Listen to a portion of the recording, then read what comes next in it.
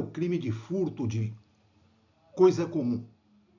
Antes de adentrarmos, todavia, na análise dos elementos que compõem essa descrição típica, esse crime, é necessário que a gente trate do assunto de maneira genérica.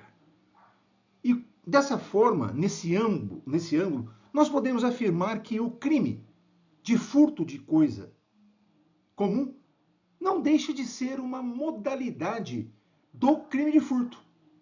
É uma forma de furto. O que se altera, entretanto, ao se comparar esse crime com o crime de furto, é o seu objeto, que é específico. No caso do crime de furto, o objeto é a coisa alheia móvel.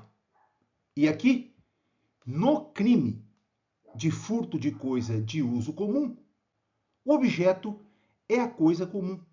Ou seja, aquela coisa que em parte é alheia, mas em parte também pertence ao agente. Ou seja, aquela pessoa que realiza o comportamento típico, aquela pessoa que subtrai a coisa que é de posse de propriedade comum, a coisa que pertence a várias pessoas.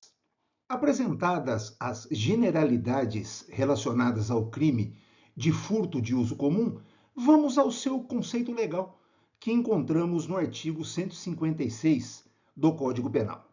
Subtrair o condômino, coerdeiro ou sócio, para si ou para outra, a quem legitimamente detém a coisa comum. Pena, detenção de 6 meses a 2 anos ou multa. De acordo com esse conceito que a gente acabou de analisar, a gente acabou de ver, de ter contato, é correto afirmar, é preciso afirmar que o objetivo do legislador, ao definir esse comportamento ali no artigo 156 do Código Penal, é justamente proteger o patrimônio do ser humano. E aqui, mais uma vez, eu chamo a atenção. É a proteção do patrimônio do ser humano no que se refere à posse exclusiva de uma coisa que é comum. Apresentado o objetivo do legislador, vamos passar aos comentários relacionados aos sujeitos do delito. Em relação ao sujeito passivo, é importante a gente saber que estamos diante de um crime próprio. O que significa que é um crime que somente pode ser praticado pelas pessoas que possuam as condições que estão expressamente indicadas pelo legislador no artigo 156. E quais são elas? Primeiro, o condômino. Quem é o condômino?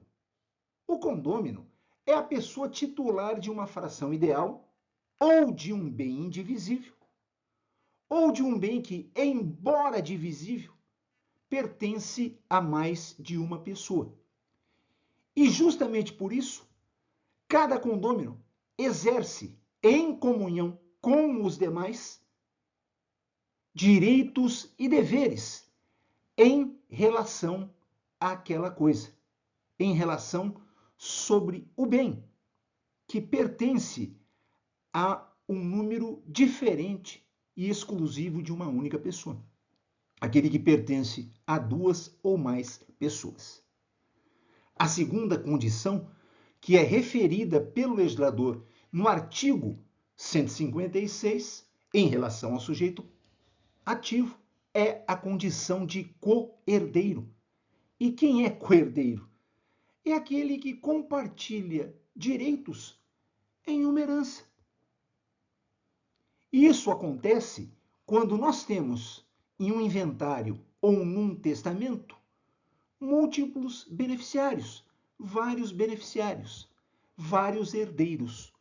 Todos eles devem ser considerados co-herdeiros, que era anteriormente escrito, melhor dizendo, com hífen, e que hoje mudou a redação, que está aí indicado no slide. Hoje, co-herdeiro se escreve sem hífen e sem H. A terceira condição é a de sócio. E o sócio é aquele que integra uma sociedade. mediante a contribuição de bens, mediante a contribuição de capital, mediante a contribuição através de serviço, e justamente por isso tem uma participação e, já que tem essa participação na formação, também tem direitos aos resultados econômicos, financeiros daquela atividade empresarial, comercial, de serviço que é executada pela sociedade. E, portanto, tem também direitos e deveres. Aqui é importante ressaltar que a sociedade deve ser compreendida no seu sentido amplo. E mesmo havendo essa conclusão de que o sentido tem que ser amplo, é interessante a gente tratar de uma questão própria, que é a questão do casamento. E a gente costuma perguntar: o casamento é uma sociedade? Sim, é uma sociedade conjugal. Então eu posso imaginar a seguinte situação. Vamos supor que o marido subtrai da sua esposa um carro que foi adquirido durante a sociedade conjugal, ou seja, quando eles estavam casados. Consequentemente, esse bem pertence ao casal, já que nós estamos falando de uma comunhão parcial, né? Poderia ser uma comunhão total, mas estaria excluído aí a individualização e a inexistência de comunhão de bens, que é a separação total de bens. E esse marido, como havíamos afirmado, subtrai esse veículo que pertence ao casal. Ele pratica o crime de furto de coisa comum. Se pensarmos que é uma sociedade, poderíamos afirmar que sim. Todavia, os nossos tribunais têm entendido, e assim têm julgado, assim têm se manifestado, de que o casamento, embora seja uma sociedade, é tratado pela legislação civil não com os mesmos critérios e os mesmos requisitos de qualquer outra sociedade, mas sim é uma matéria relacionada ao direito de família. Portanto, o casamento, a sociedade conjugal, não possibilita, segundo os nossos tribunais, a prática do crime de furto de coisa comum. Nós não podemos nos esquecer que, a despeito disso, há a isenção de pena quando o crime é praticado sem violência contra a pessoa e entre cônjuges, na constância do casamento, conforme dispõe o artigo 181, inciso 1 do Código Penal. E, assim sendo, mesmo que fosse considerado crime esse fato que nós acabamos de nos referir, não haveria aplicação de pena em razão dessa escusa absolutória prevista, como afirmamos, no artigo 181, inciso 1 do Código Penal. Não há, portanto, o crime de furto de coisa comum no caso que acabamos de expressar. Esclarecido quem pode ser o sujeito ativo, ou quem deve ser o sujeito ativo, quem pode ser apontado por possuir aquelas condições, vamos cuidar do sujeito passivo do crime. E o sujeito passivo do crime, no caso, também é o condômino, o cordeiro ou sócio. Ou seja, aquelas pessoas que possuem em comum a coisa subtraída. Todavia, para que a gente possa identificá-las, é essencial que a gente, no contexto fático, localize aquela pessoa que necessariamente, embora seja sócio, coerdeiro, condômino, estivesse na posse ou detenção da coisa de forma legítima. Porque não podemos nos esquecer disso. A coisa é de uso comum. É coisa que pertencem a várias pessoas, mas que está na posse de uma dessas várias pessoas que podem ser sócios condôminos que podem ser coerdeiros. Então, será vítima, concluindo, aquela pessoa que, embora possua a coisa juntamente com outras pessoas, esteja na posse dela, desde que essa posse seja legítima. Porque se foi obtida ilegitimamente, já houve a prática de um crime no momento em que se obteve a posse dessa coisa. Já sabemos quem é o sujeito ativo, já sabemos quem é o sujeito passivo do crime de furto de coisa comum. Agora vamos tratar da análise do tipo objetivo. E a gente sempre começa os comentários falando da conduta. E a conduta prevista pelo legislador é a mesma do crime de furto: subtrair. E nós não podemos afirmar que a subtração, no caso, seja diferente daquela subtração do crime de furto previsto no artigo 155 do Código Penal. O que nós temos que identificar como distinção, como diferença, é o objeto, que no furto é a coisa integralmente alheia. E aqui, no caso do furto de coisa comum, é a coisa comum. Aquela coisa que pertence aos coerdeiros, aos condôminos, aos sócios. Mas, e isso é importante ressaltar, que esteja na posse legítima de um só sócio, de um só coerdeiro ou de um só condômino. Como, por exemplo, no caso do condomínio, a coisa estar com o síndico. Pertence a todos os condôminos, mas está na posse de uma única pessoa, que é o síndico.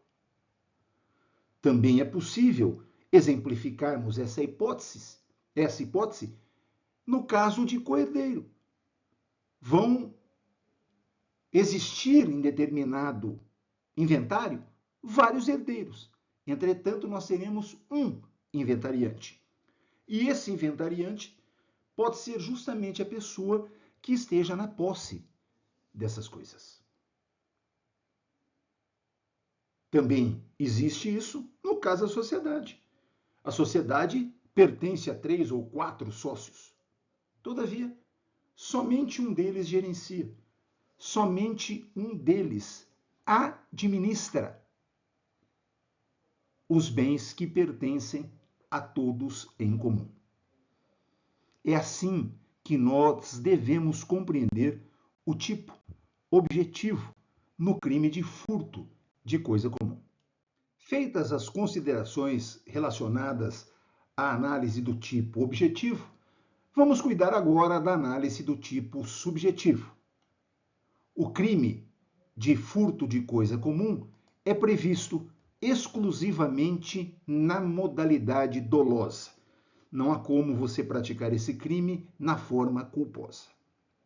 E o dolo, e podemos falar em dolo genérico, consiste na intenção, na vontade de subtrair, de retirar aquela coisa que é comum. Todavia, não basta a vontade de subtrair. A exemplo do crime de furto, o legislador também exige para o furto de coisa comum o dolo específico, consistente na intenção de subtrair a coisa para si ou para outra, que já comentamos diversas vezes, mas é sempre importante relembrar que há necessidade ou que esse dolo específico está presente quando o ânimo do agente em relação à posse da coisa subtraída é definitivo. Tanto faz ser para ele ou ser para outra pessoa. O importante é que ele tenha essa intenção além da vontade de subtrair. Eu sei que a coisa é comum, eu sei que pertence a todo mundo, mas eu quero só para mim. Só eu quero usufruir. Ou só quero permitir que o terceiro usufrua disso. Por quê? Porque para ele é extremamente importante, é extremamente necessário. Isso é importante também relembrar, é o que permite a afirmação de ser possível a ocorrência do crime de furto de coisa comum de uso. E a exemplo do crime de furto é fato atípico, justamente por não estar presente esse elemento subjetivo do tipo, esse dolo específico, essencial para a caracterização desse crime. Em termos de consumação, nós vamos utilizar tudo aquilo que já vimos em relação ao crime de furto. Isso significa que a consumação vai ocorrer quando há a inversão da posse da coisa. Quando o agente consegue ter a disponibilidade física exclusiva da coisa que foi subtraída.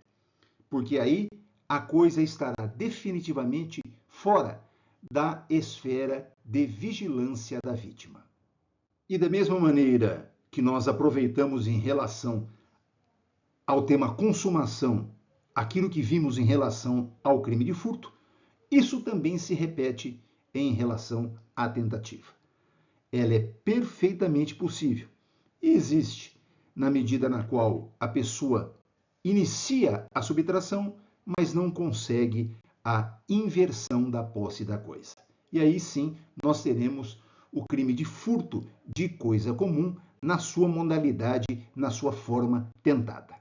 Para o crime em estudo, o legislador faz uma previsão excepcional para a ação penal.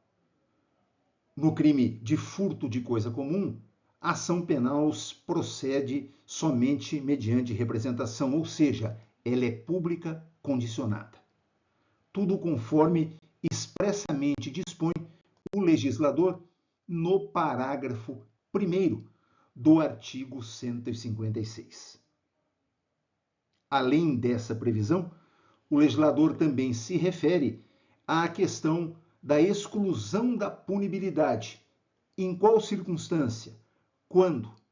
Quando o valor da coisa que foi subtraída é equivalente àquilo que ele teria direito numa divisão daquele bem. Ou seja, o que ele subtraiu corresponde à cota parte que ele teria direito, ou seja, aquilo que seria dele por direito. Portanto, nesse caso, de acordo com o que dispõe o parágrafo 2º do artigo 156, não é punível a subtração. Mas, para isso, é necessário, vejam, que a coisa seja fungível, que possa ser trocada por outra. E que o valor não ultrapasse a cota que teria direito o agente. Nesse caso, como ele está pegando aquilo que ao final seria dele, não seria lógico admitirmos aí a punição do agente. E assim, a gente encerra os comentários relacionados ao crime de furto de coisa comum.